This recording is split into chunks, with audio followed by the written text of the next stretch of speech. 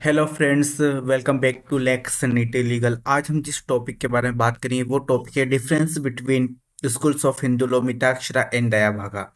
आज हम proper differentiation करेंगे मिताक्षरा और दया भागा में।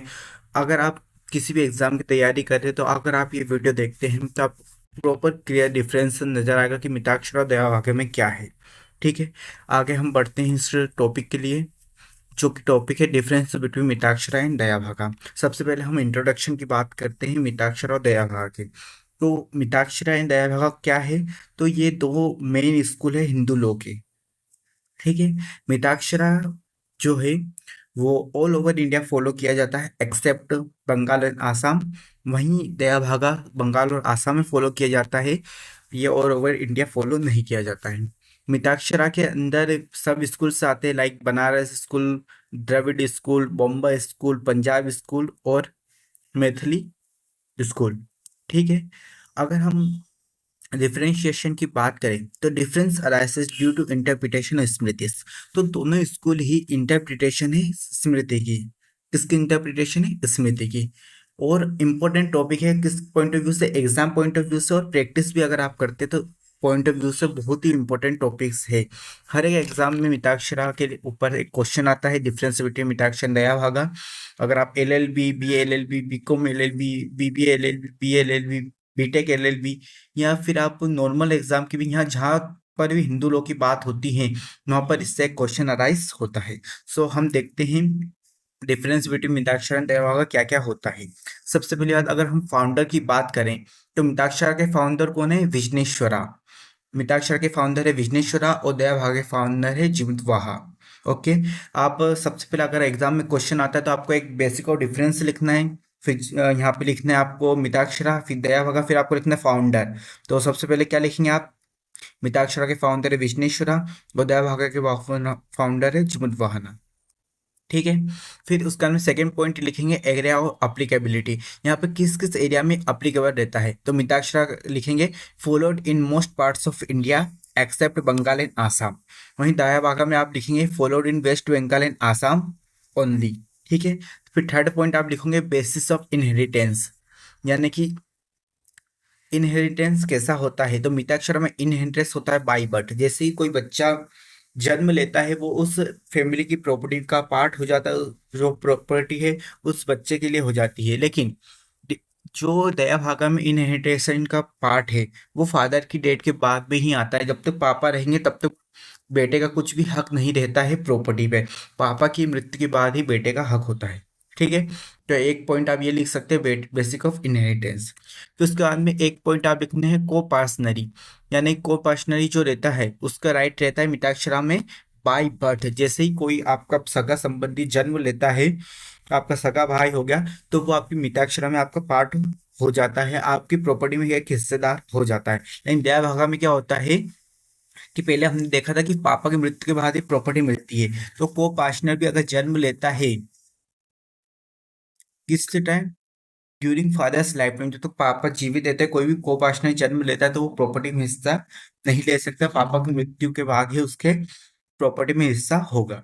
ठीक है, फिर एक और पॉइंट आता है राइट्स ऑफ सन। जो बेटे हैं उनका क्या राइट रहता है? तो मिताक्षरा में सन एक्वायर राइट बाय बर्थ। जो बच्चे रहते हैं वो जैसे जन्म रहते हैं उनका प्रॉपर्टी में फैमिली में राइट आ जाता है। लेकिन दया भागा में उसका उल्टा होता है कि सन के पास में राइट कब भी आएगा? जब उसके पापा की मृत्यु होगी। अब ऐसा इसलिए है क्योंकि जो दया भागा है वो ज़्यादा फादर के ऊपर डिपेंड रहती है, उसमें सारे राइट्स पापा की मृत्यु के बाद में बच्चे को मिलते हैं, यानी कि एक प्रॉपर हायरार्की मेंटेन होती है वहाँ पर। और मिताक्षरा में ऐसा नहीं है। अगर आज बच्चा चाहे तो आज प्रॉपर्टी का डिवाइडेशन मांग सकता है मिताक्षरा में, लेकिन दया भागा में अगर वो मांगता है तो पापा उसको धक्के मार के निकाल सकते हैं। ठीक है, कोशिश मत करना आप कभी भी। ठीक है जी, अब हम राइट्स की बात करते हैं, वुमेन के राइट्स की। तो मिताक्षरा में जो राइट्स है वुमेन के वो लिमिटेड लिमिट राइट ट्रेडिशनल है। बट यहाँ पर वुमेन के राइट में दया भागा के पास ज़्यादा राइट है। ये थोड़ा शॉकिंग भी है कि दया भागा में इतने रेस्ट्रिक्शन आते हैं सन की राइट को, लेकिन यहाँ पर दया भागा बहुत अच्छा है कि जो वुमेन को बहुत सारे राइट्स मिलते हैं यहाँ पर। क्योंकि दया भागा ज़्यादा बंगाल और आसाम में फॉलो किया जाता है, और एंशियंट टाइम पे बंगाल में ज़्यादा दुर्गा माँ की पूजा की जाती है, और फेस्टिवल यानी कि जो उनकी वर्शिप का तरीका है उसके अकॉर्डिंग वो वुमेन्स को यहाँ पे ज़्यादा प्रायोरिटी दी जाती है। ओके। वहीं आप जॉइंट फैमिली सिस्टम की बात करें तो मिताक्षरा में स्ट्रॉन्ग जॉइंट फैमिली सिस्टम होता है।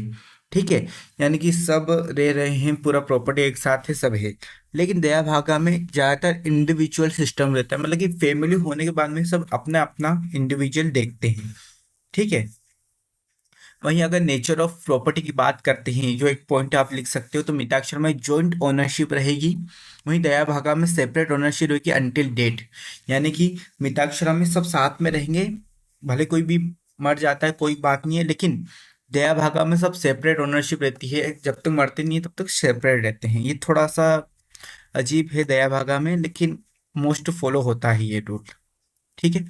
ये तो हमने देखा कि मेन मेन डिफरेंशिएशन क्या होता है। अगर आप एग्जाम पॉइंट ऑफ व्यू से देखते हैं, आप वीडियो को वापस से देख सकते हैं क्या क्या है। मैं आपको एक बार और रिपीट कर देता हूँ। सबसे पहले आप टॉपिक में लिखेंगे फाउंडर कौन है, फाउंडर के नाम लिख देना, फिर एरिया और एप्लीकेशन कहाँ पे अप्लाई होता है वो लिख देना, फिर बेसिक ऑफ इनहेरिटेंस क्या होता है, इसमें बाय बर्थ होता है, इसमें पापा की मृत्यु के बाद होता है, ऐसा लिख देना।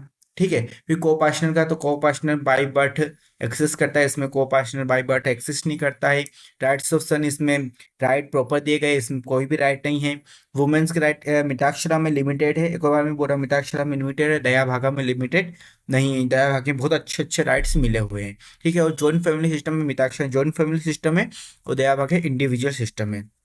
नेचर प्रॉपर्टी में जॉइंट ओनरशिप है मिताक्षरा में, और दया भागा में सेपरेट ओनरशिप है। ठीक है। अब हम बात करते हैं impact of Hindu succession act 1956 कि इससे मतलब मिताक्षर दया भागा में हम देख लिया, जब तक रूल नहीं थे जब तक मिताक्षर दया फॉलो होते, लेकिन क्या इम्पैक्ट आता है हिंदू सक्सेशन एक्ट से। तो मैनी डिफ्रेंसिएशन रिमूवल, यानी कि बहुत सारे जो डिफरेंस थे वो रिमूव हो गए थे आफ्टर कोडिफिकेशन, जब लॉ आ गया था उसके बाद में। जैसे कि 2005 अमेंडमेंट से डॉटर को भी राइट मिलने लग गए थे, जो कि मिताक्षरा में नहीं थे, और दया भागा में भी लिमिटेड वे में थे, लेकिन मिताक्षरा अच्छे थे, लेकिन 2005 के बाद में दोनों में अच्छे से राइट मिलने लग गए। ठीक है। Schools still relevant for conceptual understanding, school सिर्फ कॉन्सेप्ट और अंडरस्टैंडिंग है, कॉन्सेप्ट बेसिस पे है, ऐसा कुछ ज़्यादा प्रायोरिटी नहीं है, क्योंकि यहाँ पे क्या है, एक लॉस आ चुके हैं, सारे लॉस रिफॉर्म हो चुके हैं। ठीक है। थोड़ी छोटी समरी देख लेते हैं। तो मिताक्षरा में बाई बर्थ राइट मिलता है, जॉइंट फैमिली होती है और वाइडर एप्लीकेशन होता है, पूरा ऑल ओवर इंडिया होता है एक्सेप्ट बंगाल एंड आसाम। वहीं दया भागा में नो बर्थ राइट मिलता है, इंडिविजुअल ओनरशिप रहती है, और ये सिर्फ बंगाल और आसाम में ही अप्लीकेबल रहता है। ठीक है। यहाँ तक आपको समझ में आएगा। हम कंक्लूजन की बात करते हैं, तो both school shape the Hindu inheritance एलो। दोनों स्कूल बेसिकली ज़्यादातर इनहेरिटेंस के ऊपर फोकस करते हैं, दोनों सक्सेशन पे फोकस करते हैं। ये आप किस लिए मदद करेंगे, ये आपको हेल्प करेंगे एग्जाम में। और अगर आप जुडिशरी एलएलबी या फिर बीएलएलबी के लिए करते हैं, तैयारी कर रहे हैं या एलएलबी में हैं, तो आपको जब हिंदू लॉ का पेपर आएगा तब आपको एक ही चुटकी में आप ये सारा सब्जेक्ट देख के आप इसके अकॉर्डिंग वर्क कर सकते हैं। ठीक है। सो फ्रेंड्स, ये वीडियो थी आज की डिफरेंशिएशन वीडियो मिताक्षर ने दया भागा। अगर आपको कुछ भी डाउट है आप कमेंट में बताइए, और मैंने इसके पहले भी एक दो वीडियो डाल चुका हूँ मैं। मैंने अभी sources and schools of Hindu law पे एक प्रॉपर वीडियो बना चुकी है, कमेंट में जाके वो वीडियो देख लीजिए। यहाँ पर मैं यहाँ पर उसकी वीडियो की लिंक दे दूंगा, आप जाके जरूर देखिए, उसमें आपको वो प्रॉपर अच्छे से समझ में आएगा। ठीक है फ्रेंड्स, बात मिलते हैं, bye bye, good see you again.